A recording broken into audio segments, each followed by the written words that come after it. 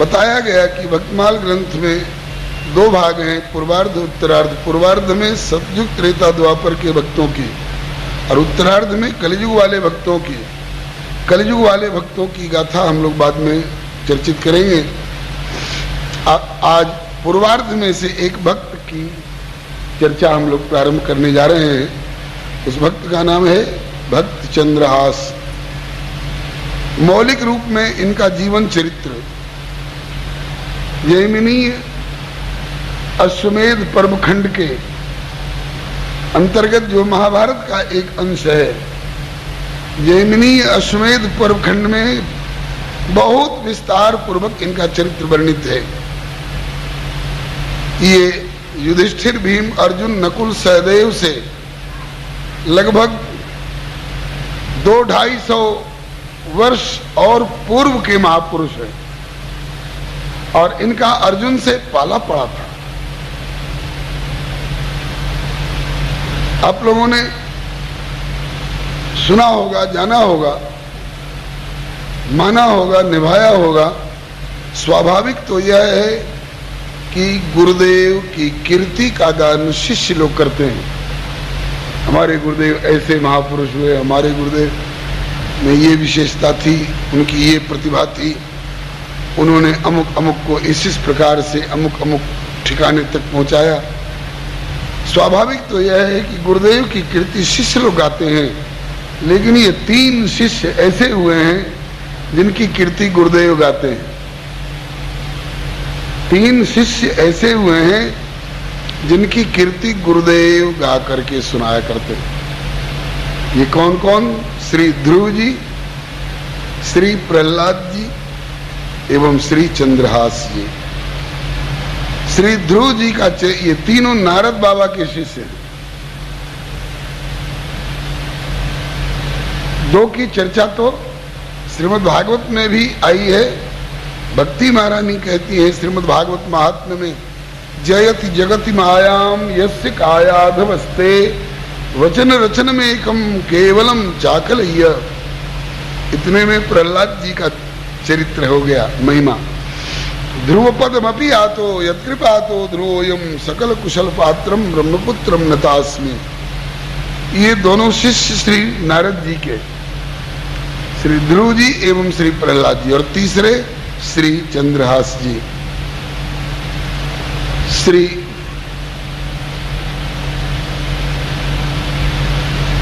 ध्रुव जी का चरित्र देवऋषि नारद जी ने श्रीमद् भागवत के 4थे स्कंद में प्रचेताओं की सभा में गान किया है। अरे प्रचेताओं, तुम लोग ध्रुव जी के वंशज हो। ध्रुव जी ने क्या किया? शुक्र, शनि, राहु, केतु इत्यादि देवी देवताओं की आराधना के पीछे पड़े या सर्वेश्वर श्री हरि की आराधना करके और सब कुछ प्राप्त किया? एक बहुत प्यारा श्लोक कहा है नारद जी ने। हम चाहते हो किसी वृक्ष को हरा भरा रखना, तो सोचते हैं कि इसके पत्ते पत्ते हरे भरे रहें, इसकी हर शाखा प्रशाखा हरी भरी रहे। तो क्या करना चाहिए? बोले खाद और पानी देना चाहिए। तो खाद और पानी का प्रयोग हर पत्ते के लिए, हर डाली के लिए अलग अलग करने की जरूरत होती है क्या? नहीं। आजकल की प्रथा के अनुसार अपनी किसी स्प्रेइंग मशीन के द्वारा यदि हम जल पत्ते पत्ते पर पहुंचा भी दें, तो पत्ते पत्ते को प्राप्त सिंचन उसे हरा भरा रखने में सक्षम नहीं हो सकता है यदि उसकी मूल में, उसकी जड़ में खाद और पानी नहीं पड़ा। तो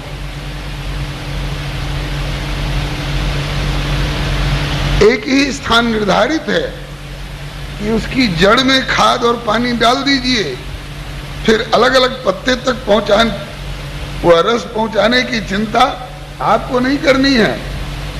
अपने आप वो जड़ जो है वो खींच खींच करके ऊपर तक पहुंचा करके हर पत्ते को, हर डाली को, हर शाखा प्रशाखा को रस प्रदान करेगा।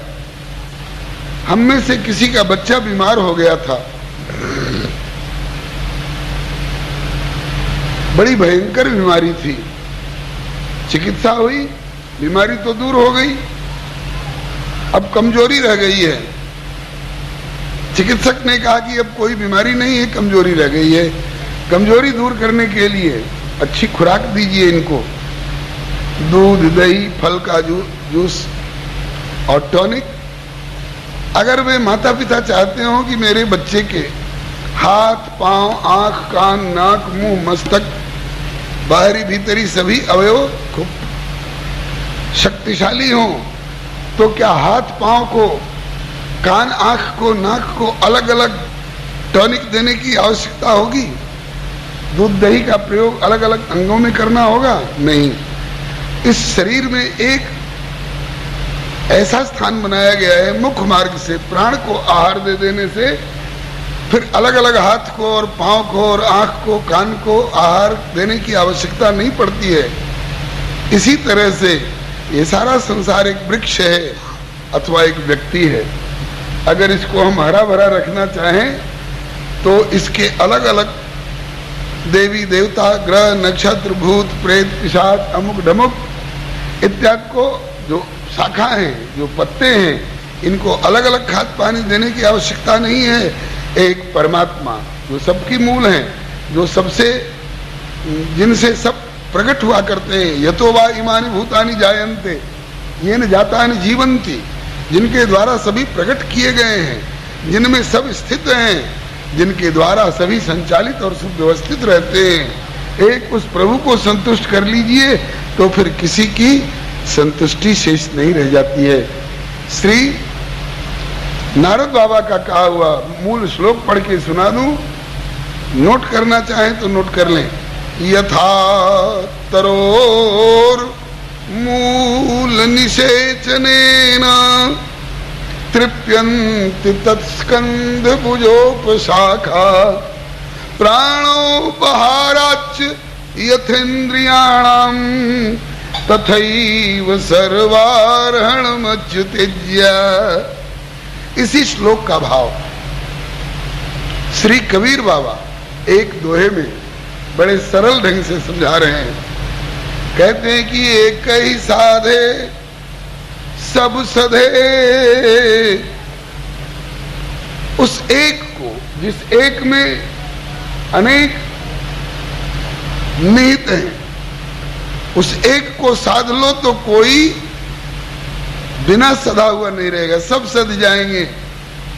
एक ही साधे सब सधे और सब साधे।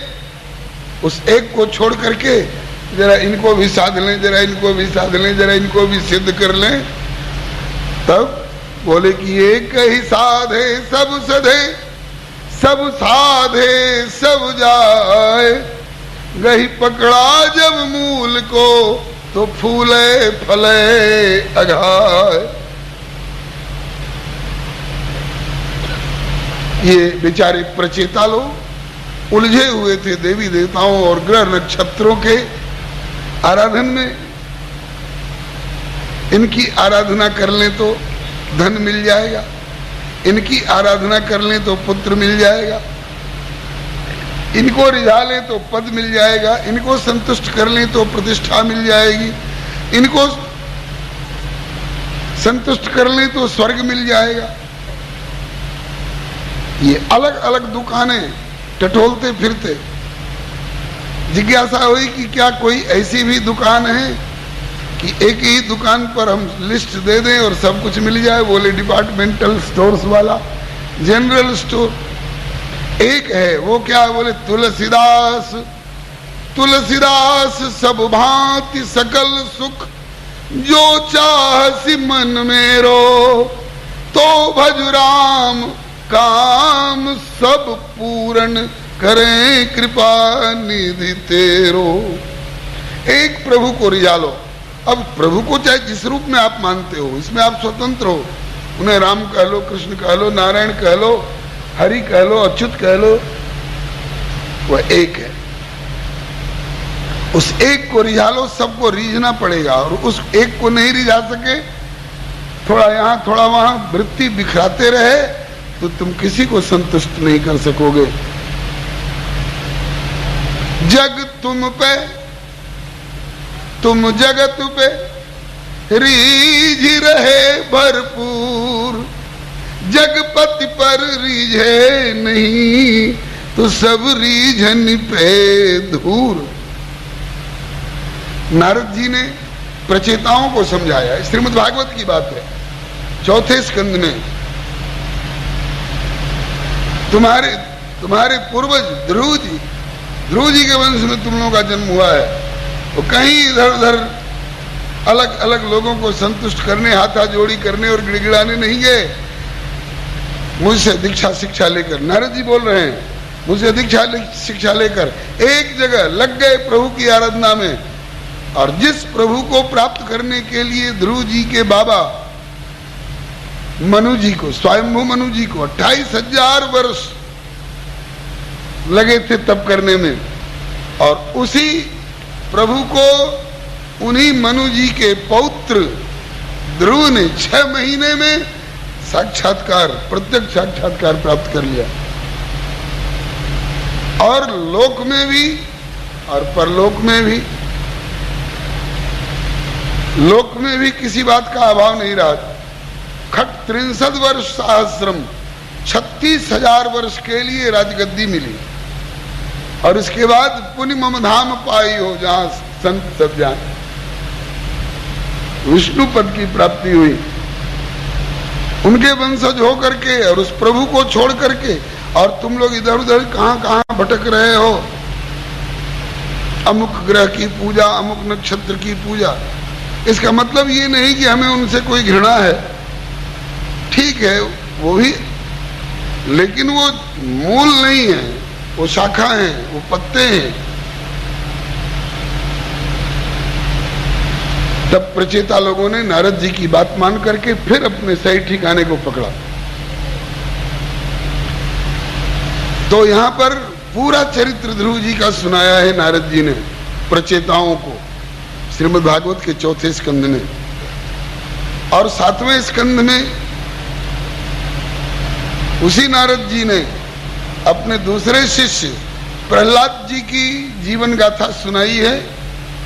श्रोता बने हैं युधिष्ठिर जी, और कथा का स्थान, जिसको आजकल आप दिल्ली कहते हैं, प्राचीन नाम था इंद्रप्रस्थ। वहीं शिशुपाल का उद्धार हुआ था। युधिष्ठिर जी के राजसूय यज्ञ में भगवान श्री कृष्ण को गाली देने लगा। 100 गाली तक ठाकुर शांत रहा, औरों को भी कहा आप शांत रहिए, हमारे इनके बीच में बोलने की आप लोगों को कोई आवश्यकता नहीं, क्योंकि हमारा और इनका 3 जन्म का हिसाब किताब चला आ रहा है। आज भूल चूक लेनी देनी हिसाब किताब सब साफ कर देंगे। लेनी भी है और देनी भी है। लेनी क्या? इसकी गाली। कितना दयालु है ठाकुर, लेता है शिशुपाल से गाली और देता क्या है? वह पद जिसके लिए बड़े बड़े योगिंद्र मुनिंद्र तरसते हैं। गाली लेकर के और उसे सदगति प्रदान की। युधिष्ठिर जी को आश्चर्य हुआ। युधिष्ठिर जी ने कहा कि प्रभु ये आपने क्या किया, ये आपने क्या किया? बोले क्यों, कुछ गलत हो गया? बोले हारी जाऊं। किसी प्रेमी का उद्गार है, समझिए युधिष्ठिर जी बोल रहे हैं। उमर गवाए पार न पाए बड़े बड़े तपशाली, प्रभु तेरी लीला अजब निराली। उमर गवाए पार न पाए बड़े बड़े तपशाली, प्रभु तेरी लीला अजब निराली। हरि तेरी लीला अजब निराली। हरि तेरी लीला अजब निराली। कितने जन्म लगा दिए आपका रहस्य जानने में, लेकिन अभी तक नहीं जान पाए। बड़े बड़े तपशाली, तुम्हारी लीला बड़ी विचित्र है। कैसे? बोले कि नियम बनाते हो कि जो जस देवे सो तस पावे, जैसा बोओगे वैसा काटोगे। कर्म प्रधान विश्व करी राखा, जो जस करे सो तस फल चाखा। कानून तो ऐसा बनाते हो और करते क्या हो? बोले कुछ विपरीत हो गया क्या? बोले कि जो जोई देवे सो सोई पावे, सदा की यही प्रणाली। जो जोई देवे सो सोई पावे, सदा की यही प्रणाली। किंतु जहर दे पतित पूतना, किंतु जहर दे पतित पूतना, माता की गति पाली। ये प्रभु तेरी लीला माता की गति पाली, प्रभु तेरी लीला जग निराली। हरि तेरी लीला जब निराली, हरि तेरी लीला जग निराली।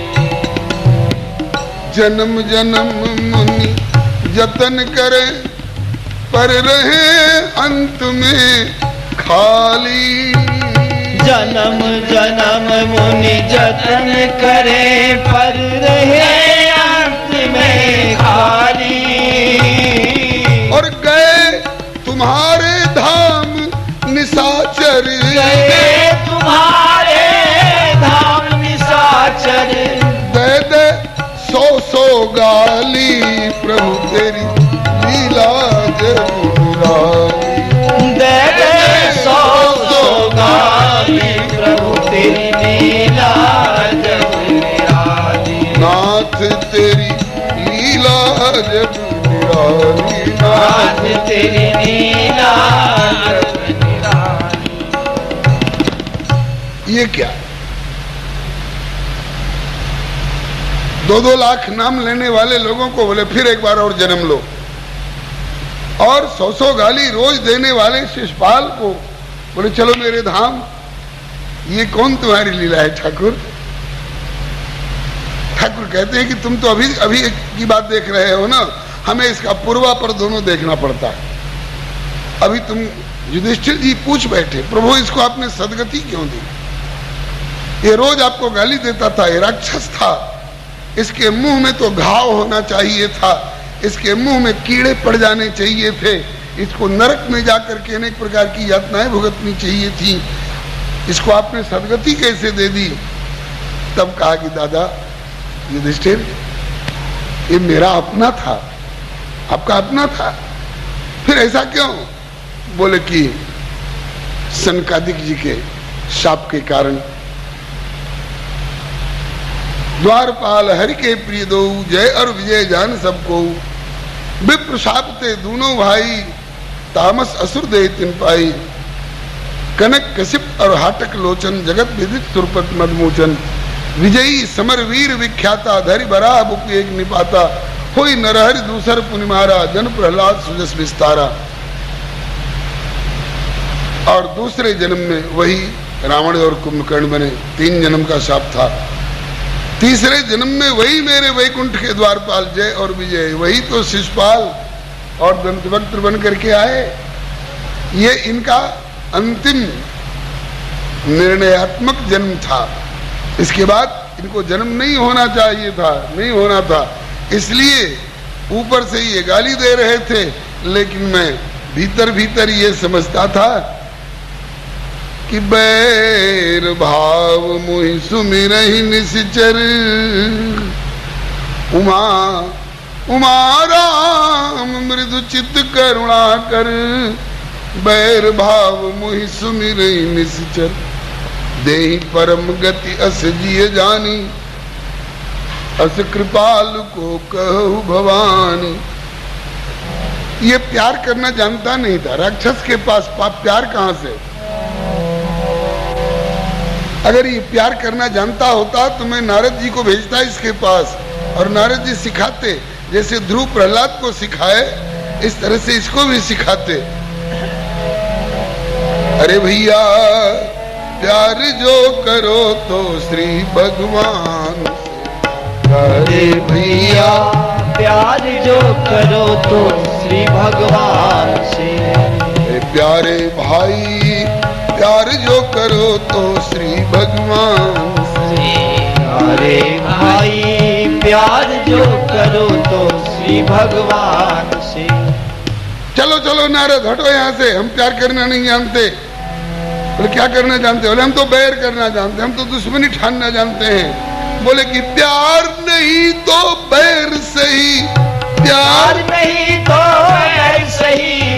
अरे प्यार नहीं तो बैर सही, प्यार नहीं तो बैर सही। पर वह भी नहीं कोई आन से। मेरे प्यारे भाई प्यार जो करो तो श्री भगवान से। प्यार नहीं तो बैर सही, पर वह भी नहीं कोई आन से।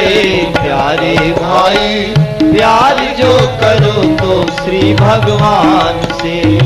प्यारे मित्रों प्यार जो करो तो श्री भगवान। प्यारे मित्रों प्यार जो करो तो श्री भगवान से। प्यार कर सको तो प्यार करो। बोले हम प्यार करना नहीं जानते। और क्या जानते? हम बैर करना जानते। बोले बैर भी करो तो दूसरे से नहीं, उसी से। ताल ठोको उसी को, आ जा, बड़ा वीर बनता है। अरे राम बने तो रघुवर सो बने, प्यार करेंगे तो प्यारे तुमसे। बने तो रघुवर सो बने, और बिगड़े तो भरपूर। प्यार करेंगे तो तुमसे। गाली देने की इच्छा होगी तो हम सड़क पर किसी रास्ता चलते लोगों से बैठ ठानने जाएंगे थोड़े। प्यार तुमसे किया है, गाली देने की मन में आएगी तो तुमको गाली देंगे।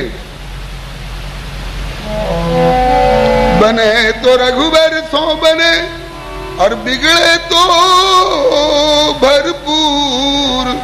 और तुलसी और सो बने तो आ बनबे पे धूर। बने तो उनसे, बिगड़े तो उनसे। दादा ये मेरे अपने थे, मेरे पार्षद थे, मैंने इनको अपने पार्षद वाले ठिकाने पर पहुंचाया। इसमें आपको खेद मानने की क्या बात? बोले कि अगर ऐसी बात थी तो ये राक्षसी वृत्ति में क्यों आ गए हैं? बोले ये सब जानना हो तो ये बैठे हैं नारद बाबा, इनसे सुनो। नारद बाबा की नारद बाबा समझाइए। दादा युधिष्ठिर को इनका पूर्व जन्म का इतिवृत्त पूरी कथा सुनाई। तो नारद जी ने पूरी कथा सुनाई।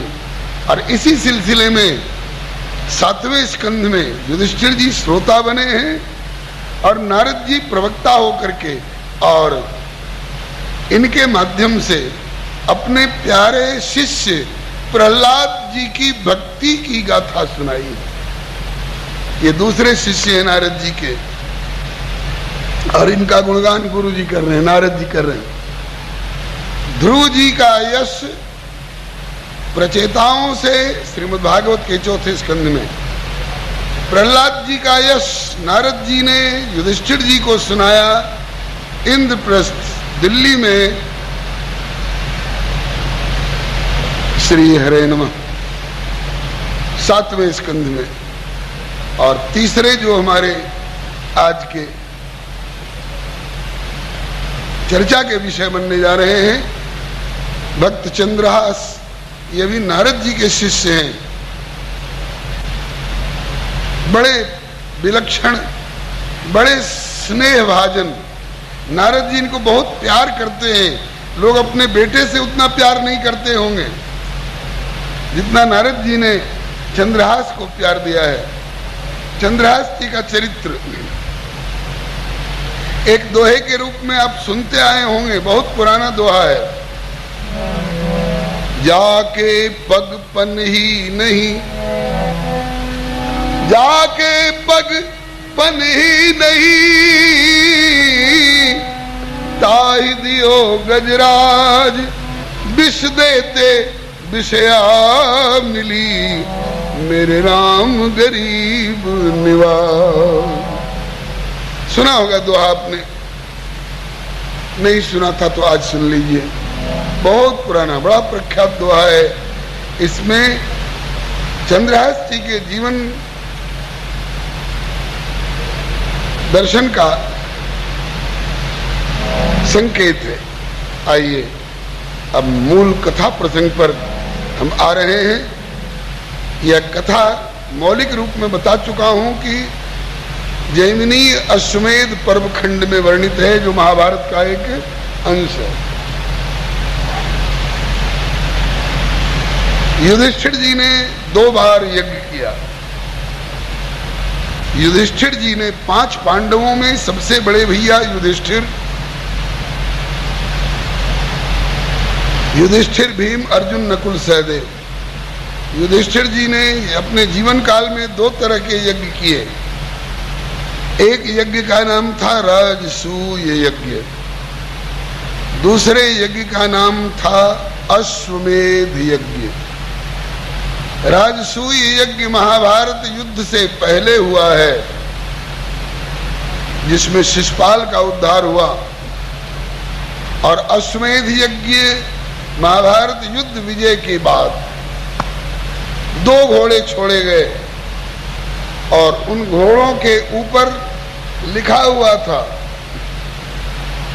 ये घोड़े जिस राजा के राज्य की सीमा से होकर निकल जाएंगे, वह राज्य और वह राजा युधिष्ठिर जी के अधीन माना जाएगा। उसे युधिष्ठिर को अपना राजाधिराज स्वीकार करके वार्षिक कर चुकाना पड़ेगा, और जिसे ये शर्त मंजूर नहीं हो, जो कहता है कि हम भी किसी माई के लाल हैं, हम भी क्षत्रिय कुल में जन्म लिए हैं, हम क्यों युधिष्ठिर की मातहती स्वीकार करें, तो वे इस घोड़े को पकड़ भी सकते हैं। लेकिन याद रहे, जिस महाभारत के युद्ध में दुर्योधन 100 भाई, उसका बड़ा अभिन्न मित्र कर्ण, भीष्म पितामह, द्रोणाचार्य इत्यादि महानुभावों की आहुति पड़ गई। उस महाभारत जैसे युद्ध में विजय प्राप्त करने वाले युधिष्ठिर का घोड़ा है, और इसके पीछे गांडीवधारी पाशुपतास्त्र और नारायणास्त्र को ग्रहण करने वाले नरावतार अर्जुन चल रहे हैं, और अर्जुन के संरक्षण में भगवान श्री कृष्ण, प्रद्युम्न इत्यादि वीर चल रहे हैं। जो इस घोड़े को पकड़ेंगे वो युद्ध का संकट अपने ऊपर मोल लेंगे। इसे समझ करके ही इस घोड़े को कोई पकड़े, और नहीं तो इस घोड़े का पूजन करे, आरती करे और युधिष्ठिर का की अधीनता स्वीकार करे। बहुत जगहों से होकर के वे घोड़े दोनों गुजरते गए, कहीं पकड़े भी गए, युद्ध हुआ, अर्जुन विजयी होते गए, और कहीं उन घोड़ों का आदर भी हुआ। अचानक युद्ध विजय पश्चात युधिष्ठिर अति उत्तम 2 घोड़े अर्जुनादि के संरक्षण में अश्वमेध हित छोड़े निकले सारस्वतपुर से। जब कुंतलपुर में आए, भय 2 अश्व अदृश्य अचानक सभी वीर चकराए। सारस्वतपुर से निकलने के बाद वे दोनों घोड़े कुंतलपुर राज्य में पहुंचे। राज्य की सीमा में पहुंचते ही दोनों घोड़े गायब।